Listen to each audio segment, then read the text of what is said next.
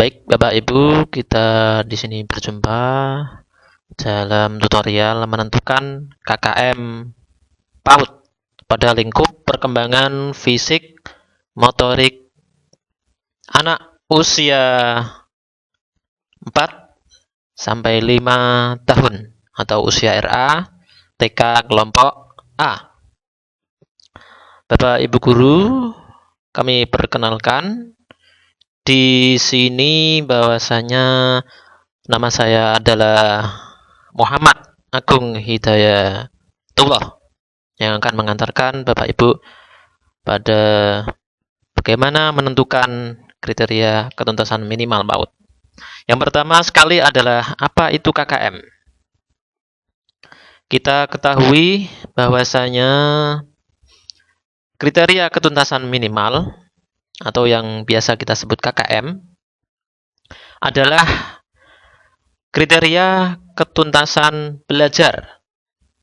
Ketuntasan belajar yang ditentukan oleh satuan pendidikan anak usia dini.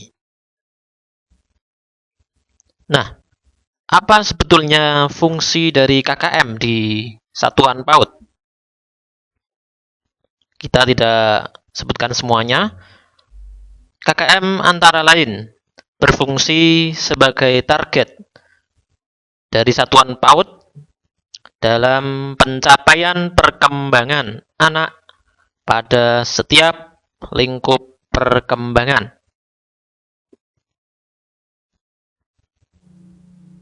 Perlu diperhatikan, dalam penentuan KKM ada 3 komponen utama.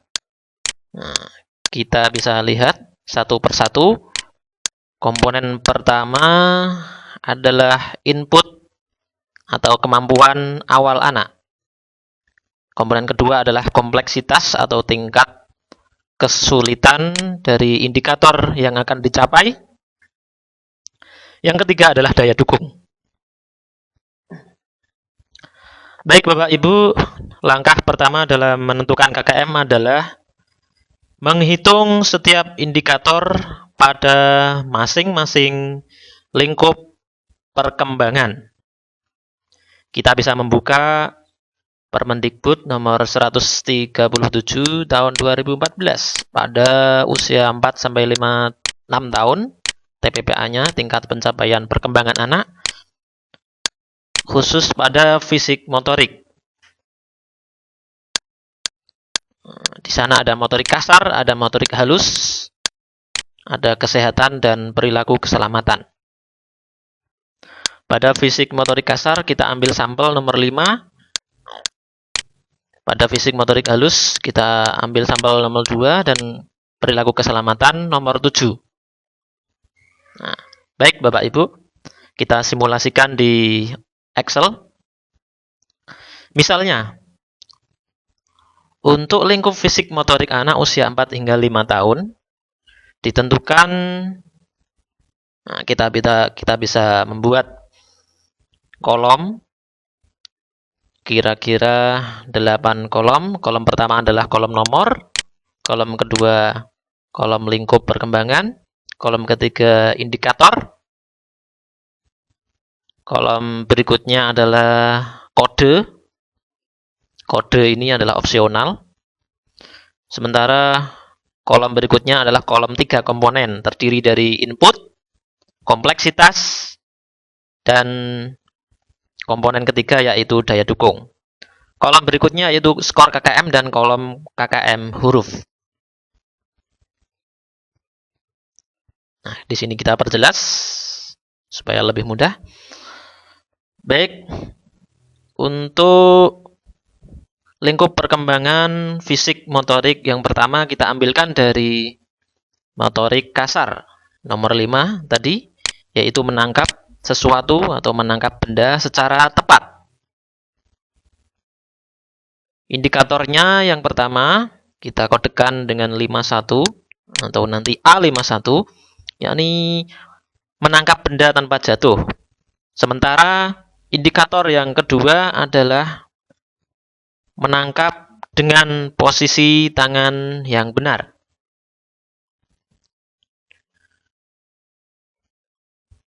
Bapak Ibu, kita lanjut untuk lingkup perkembangan fisik motorik berikutnya, yaitu motorik halus.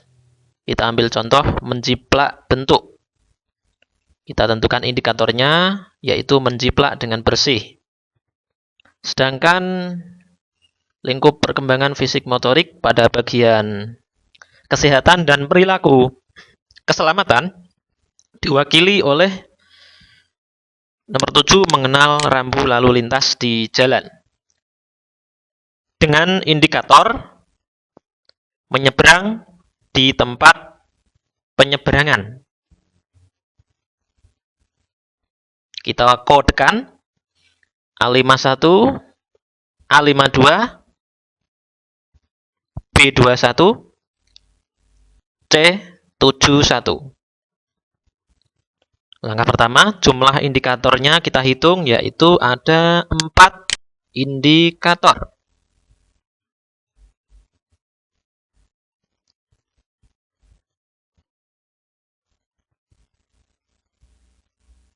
Nah, Bapak Ibu bisa diikuti. Langkah berikutnya, langkah yang kedua adalah menentukan nilai untuk ketiga komponen. Kita telah sebutkan tadi, komponen input, kompleksitas, dan daya dukung. Kita tentukan pada masing-masing indikator. Misalnya, kita buat saja angka 3, 2, dan 2 untuk indikator pertama, 3, 1, 2 untuk indikator kedua, 3, 1, 3 indikator ketiga, dan indikator terakhir 2, 2, 1. Langkah berikutnya, maksud saya, catatan untuk langkah kedua, bahwasanya semakin tinggi kemampuan awal atau input anak, maka nilai skor KKM semakin tinggi. Semakin sukar indikator dicapai, skor KKM semakin rendah, dan begitu pula daya dukungnya semakin tinggi pula skor KKM-nya. Langkah ketiga adalah menjumlahkan nilai pada ketiga komponen. Untuk selanjutnya ditentukan nilai rata-rata.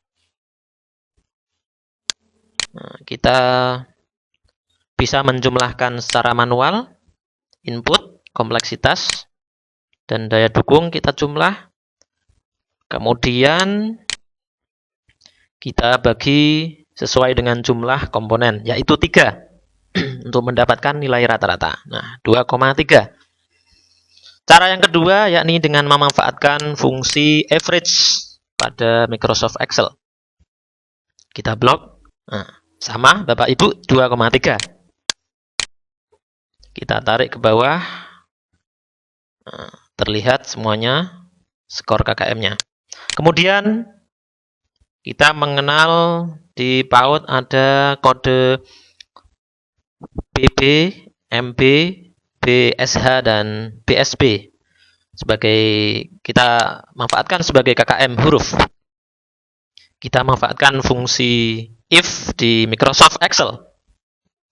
Kita bisa lihat di sana, kita bunyikan bahwasanya jika skor KKM itu lebih kecil atau sama dengan 1, maka kodenya adalah BB atau belum berkembang. Jika skor KKM lebih kecil atau sama dengan 2, maka KKM-nya mulai berkembang. Jadi jika skor KKM-nya lebih kecil atau sama dengan 3, maka BSH berkembang sesuai harapan. Dan jika skor KKM-nya sama dengan 4, maka skornya adalah BSB atau berkembang sangat baik. Nah, jika ada yang salah, kita betulkan. Ini karena kodenya harus betul-betul. Nah, kita betulkan. Sudah terlihat bahwasanya untuk indikator pertama KKM-nya BSH, indikator kedua KKM-nya MP.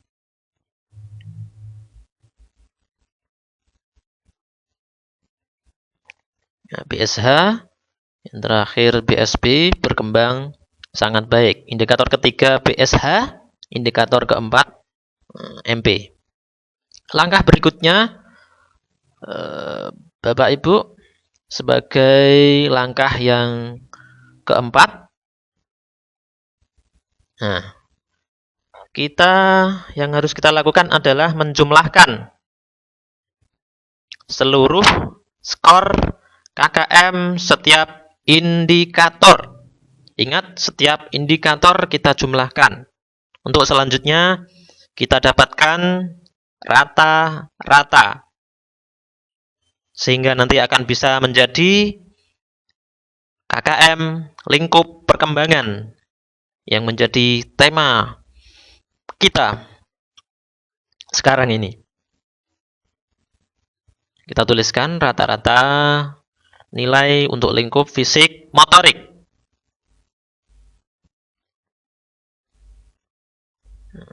Kita manfaatkan fungsi average pada Microsoft Excel. Kita tarik ke bawah. Ya, kita temukan 2,08. Tergolong sebagai BSH. Itu berkembang sesuai harapan. Jadi Bapak Ibu, kesimpulan yang dapat kita buat dari simulasi kita hari ini adalah bahwasanya sambil memperhatikan kode yang kita blok warna kuning, KKM lingkup fisik motorik anak usia 4 hingga 5 tahun adalah berkembang sesuai harapan atau BSH. Begitu Bapak Ibu kesimpulan kita. Dan terakhir, terima kasih dan selamat mencoba.